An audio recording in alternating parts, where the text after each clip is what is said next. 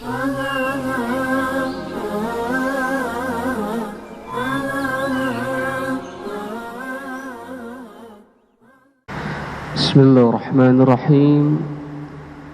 Assalamualaikum warahmatullahi wabarakatuh.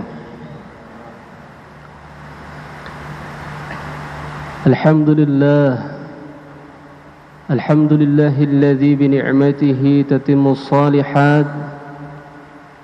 Asyhadu an la ilaha illallah wahdahu la syarika lah. وأشهد أن محمدًا عبده ورسوله لا نبي ولا رسول بعده فقال تعالى في كتابه يا أيها الذين آمنوا اتقوا الله حق تقاته ولا تموتن إلا وأنتم مسلمون أما بعد جماعة Masjid Nurul Barqi yang semoga senantiasa dirahmati oleh Allah Subhanahu wa ta'ala.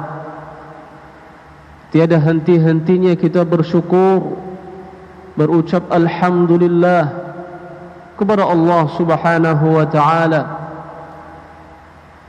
Zat yang menciptakan, yang memberikan rezeki dan segalanya kepada kita.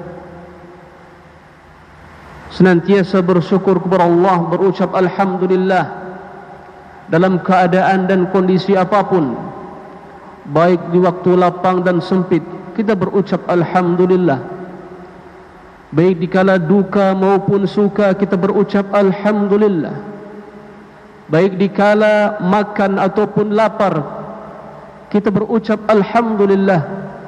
Baik di kala minum ataupun haus, kita ucapkan Alhamdulillah. Baik dikala banyak kenikmatan ataupun banyak cobaan, banyak kesedihan, kita senantiasa berucap Alhamdulillah ala kulli hal. Senantiasa mengingat Allah Subhanahu wa ta'ala, sehingga dengan demikian Allah Subhanahu wa ta'ala senantiasa membersamai kita dalam keadaan apapun, dalam situasi apapun. Allah Subhanahu wa ta'ala pun ingat kepada kita. Pertolongan Allah Subhanahu wa ta'ala selalu dekat bersama kita, karena sebagaimana kita selalu mengingat kepada Allah Subhanahu wa ta'ala dalam keadaan apapun. Makanya Allah Subhanahu wa ta'ala berfirman, A'udzu billahi minasy syaithanir rajim. Innallaha ma'al ladzina ittaqaw wal ladzina hum yuhsinun.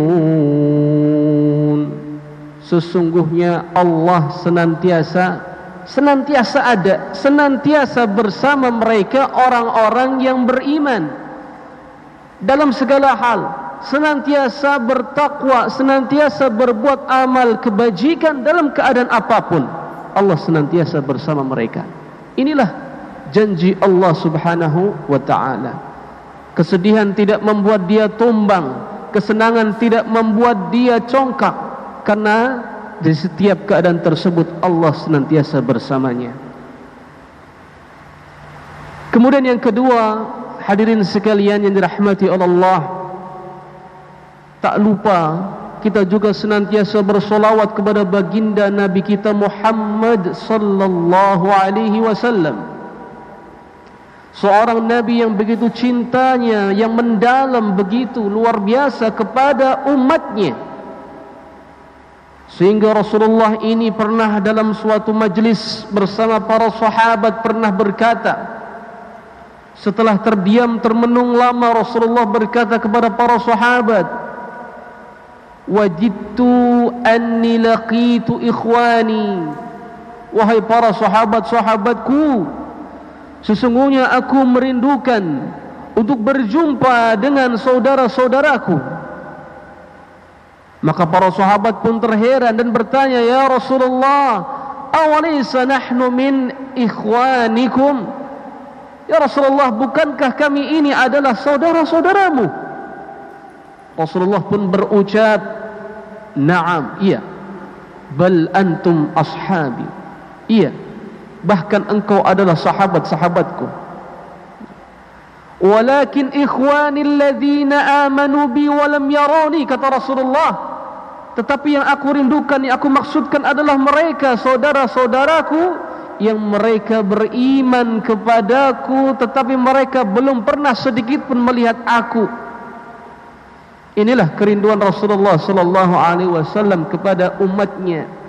Mereka yang senantiasa meniru cara makannya Rasulullah walaupun ia tidak melihat siapa Rasulullah. Mereka yang senantiasa meniru tidurnya Rasulullah seperti apa walaupun tidak pernah melihat Rasulullah. Mereka yang senantiasa menceritakan Rasulullah kepada anak cucunya walaupun tidak pernah melihat Rasulullah. Mereka yang senantiasa meniru cara jalannya, cara minumnya, cara berpakaiannya ala Rasulullah sallallahu alaihi wasallam walaupun ia tidak tahu siapa Rasulullah, bagaimana wajahnya, tidak pernah menyentuh kulitnya, tidak pernah menyentuh bajunya, tidak pernah bersapa dengannya, akan tetapi Rasulullah menjadi satu-satunya manusia yang paling mereka cintai, melebihi cintanya kepada istrinya, melebihi cintanya kepada orang tuanya, melebihi cintanya kepada anak-anaknya, kepada seluruh manusia di muka bumi ini adalah Rasulullah sallallahu alaihi wasallam, satu-satunya manusia yang paling mereka cintai. Inilah umatnya Nabi Muhammad sallallahu alaihi wasallam yang senantiasa membaca sabda-sabdanya, mengamalkan sunnah-sunnahnya, membelanya, mendakwakannya. Inilah umatnya Rasulullah yang dirindukan oleh beliau sallallahu alaihi wasallam untuk berjumpa dengannya. Maka kita bersalawat kepadanya, Allahumma salli ala Muhammad wa ali Muhammad. Jamaah sekalian rahimakumullah, tema kita pada kesempatan yang singkat ini adalah meraih kelapangan hati. Meraih kelapangan hati. Di antara kita jamaah sekalian, saya yakin ada di antara kita yang punya masalah hutang, cicilan.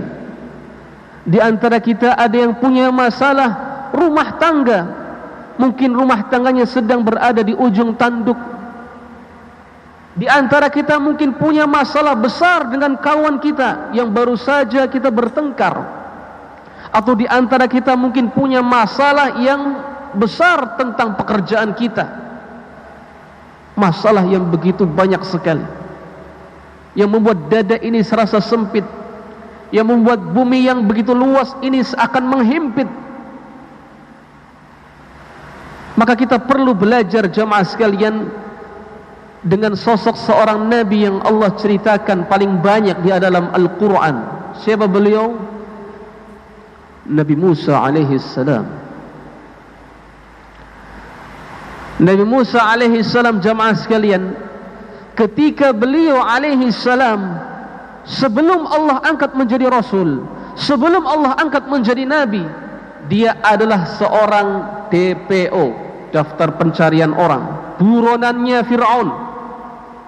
Dia adalah orang yang fakir, tidak punya harta apapun kecuali apa yang melekat di dalam badannya. Tidak ada seorang pun yang menemaninya ketika itu. Tidak ada seorang pun yang mengakuinya sebagai yang memiliki kedudukan ketika itu. Tidak ada satupun. Tidak ada kawan, tidak ada harta, tidak ada kedudukan. Dengan segala kehinaan, kelemahan, kefakiran yang dia miliki, diangkat oleh Allah sebagai seorang Rasul. Seketika turun surat tugas dari Allah, idhab ila fir'auna innahu tagha. Kamu sudah diangkat menjadi Rasul, sekarang pergi kamu berdakwah ke Fir'aun yang telah melampaui batas, yang telah mengaku dirinya ana rabbukumul a'la. Fir'aun berkata, aku adalah Rabb kalian, Tuhan kalian yang paling tinggi, katanya, melampaui batas. Bayangkan jamaah sekalian, seorang fakir, tiada kawan, tiada kedudukan, tiba-tiba mendapat ujian tugas sebesar itu, menghadapi sosok pemimpin yang paling kejam di masanya, yang paling diktator di zamannya, yang kekuasaan wilayahnya paling luas di bumi ketika itu, yang prajuritnya paling banyak ketika itu, yang paling banyak ditakuti di dalam dunia bumi ketika itu. Sosok seorang fakir, tidak punya kawan, tidak punya harta, bagaikan ditimpa gunung, ya, begitu berat, dadanya menjadi sempit Musa, ya, kepalanya menjadi berat seakan-akan ia ingin jatuh. Adakah di antara kita mendapatkan masalah seperti Musa alaihissalam? Disuruh dakwahi manajer, bukan anggota perusahaan dari luar, berani tidak? Siapa kita? Gak berani.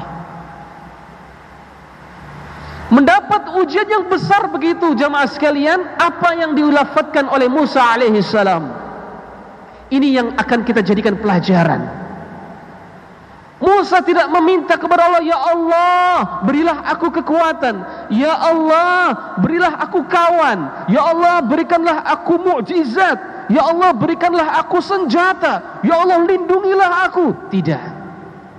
Inilah doa-doa latah kita setiap hari yang kita panjatkan. Kita terlalu latah dengan doa-doa seperti ini. Ya Allah berikanlah rezeki, ya Allah naikkanlah gaji, ya Allah lunasi utang, ya Allah anak soleh, ya Allah istri nurut, ya Allah belanjanya jangan banyak-banyak, ya Allah gajinya kurang terus, ya Allah Rabbana atina fid dunya hasanah.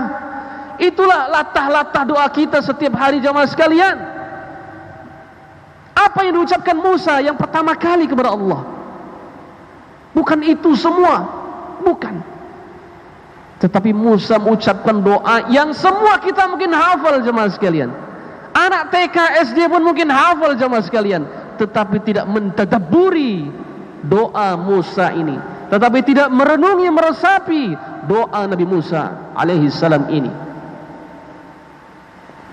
Nabi Musa ketika mendapatkan ujian berat tersebut, Nabi Musa berdoa kepada Allah, Rabbi shrah li sadri wa yassir li amri wahlul 'uqdatam min lisani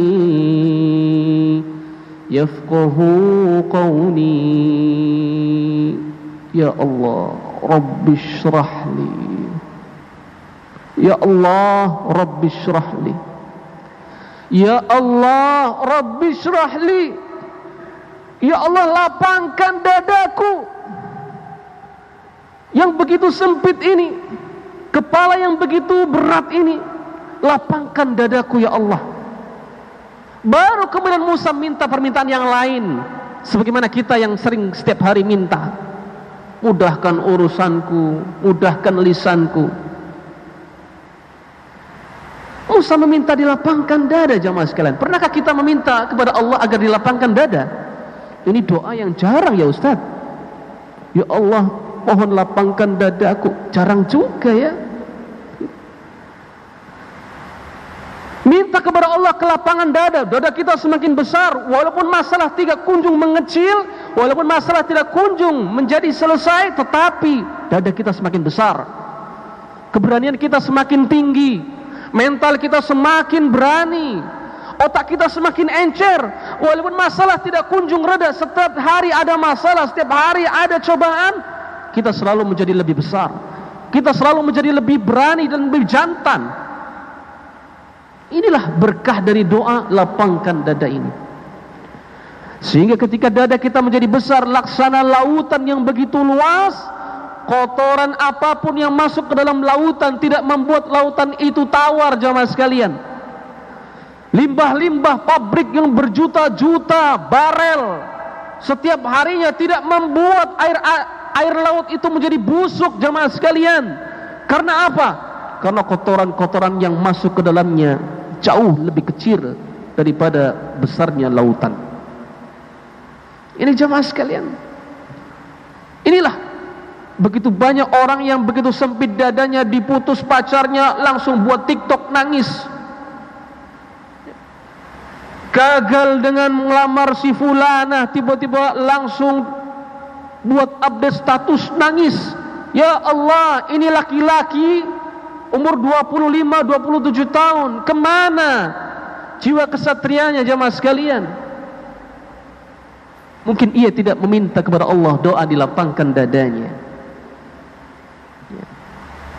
Maka hadirin sekalian, lantas bagaimana setelah kita meminta kepada Allah kelapangan dada, setelah dada kita menjadi lapang, tentu ada hal yang lainnya yang harus kita usahakan. Ibnu Mas'ud radhiyallahu anhu pernah berkata, "Utlub qalbaka fi thalathi mawatin." Carilah ketenangan hatimu pada 3 tempat. Yang pertama apa wahai jamaah sekalian? Inda sima'il Qur'an. Ketika engkau mendengarkan Al-Quran, ketika engkau membacanya. Ustaz, bacaan saya jelek Ustaz. Dengarkan.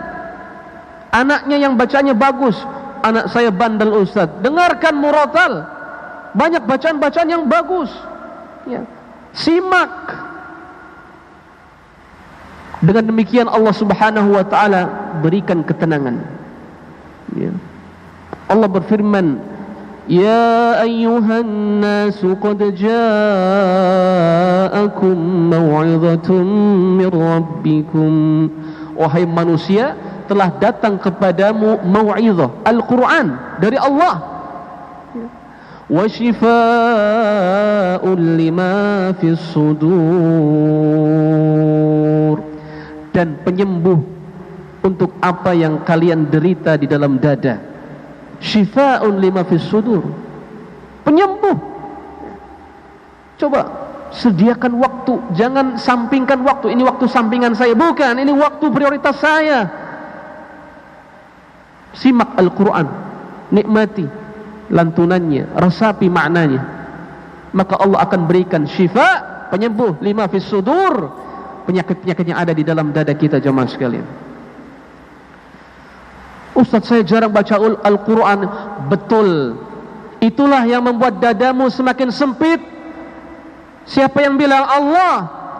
Allah berkata, "Wa man a'rada 'an dzikri fa inna lahu ma'isyatan dhanka."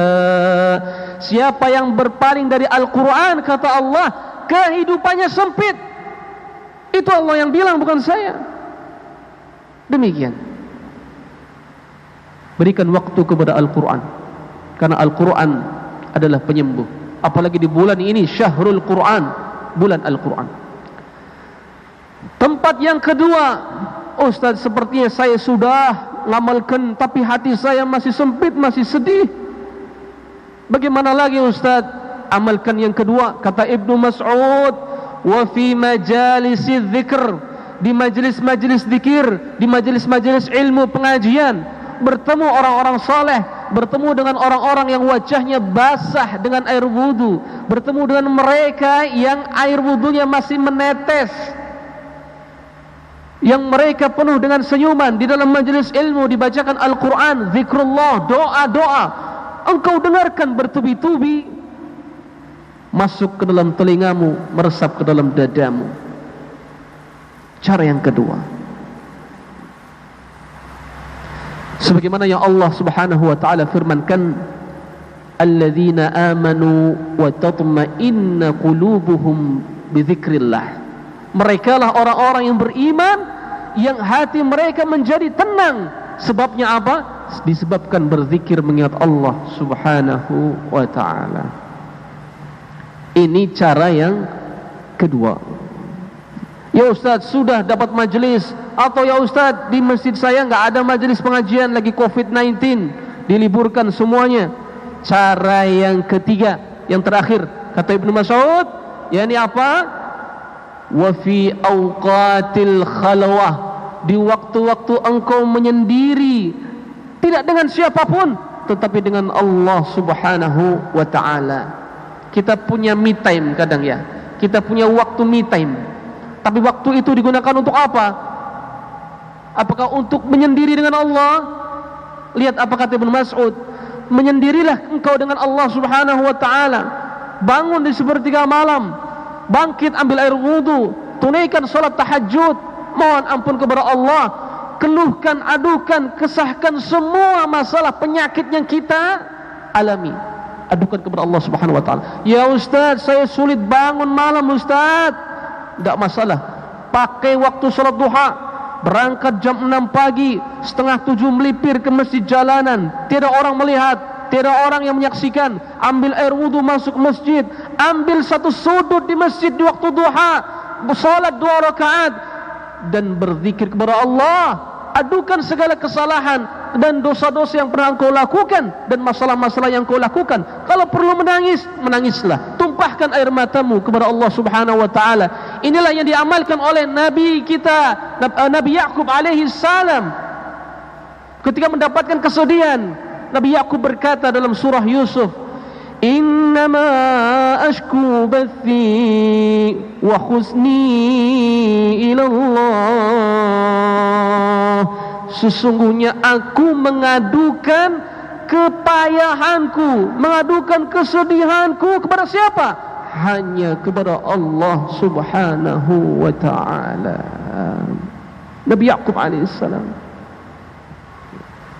Indah jamaah sekalian, ambil waktu ini. Namun jika tidak ada 3 waktu ini yang kita amalkan jamaah sekalian, kata Ibnu Mas'ud radhiyallahu anhu apa? Fasalillahil qalba fa innaka la qalba lak. Kalau kamu tidak memiliki ketenangan dan tidak mengamalkan 3 hal ini, kata Ibnu Mas'ud, mintalah kepada Allah hati. Sesungguhnya engkau tidak memiliki hati. Betapa banyak orang-orang berjalan, mereka bagikan bangkai-bangkai yang hidup, tidak memiliki hati, tidak pernah mendekat kepada Allah, tidak pernah menyentuh Al-Quran, tidak pernah hadir di majelis ilmu, di masjid-masjid. Mereka, kata Ibnu Mas'ud radhiyallahu anhu, fa innahu la qalbalah, sesungguhnya ia tidak memiliki hati. Maka kita memohon kepada Allah Subhanahu wa ta'ala agar Allah Subhanahu wa ta'ala berikan kelapangan kepada dada kita, berikan ketenangan pada diri kita, sehingga Allah jadikan kita manusia yang paling berbahagia di masa-masa yang sulit ini, di masa-masa yang penuh dengan cobaan, badai yang menerjang bagi kaum mukminin. Amin ya rabbal alamin. Subhanakallahumma wa bihamdika asyhadu an la ilaha illa anta astaghfiruka wa atubu ilaik. Assalamualaikum warahmatullahi wabarakatuh.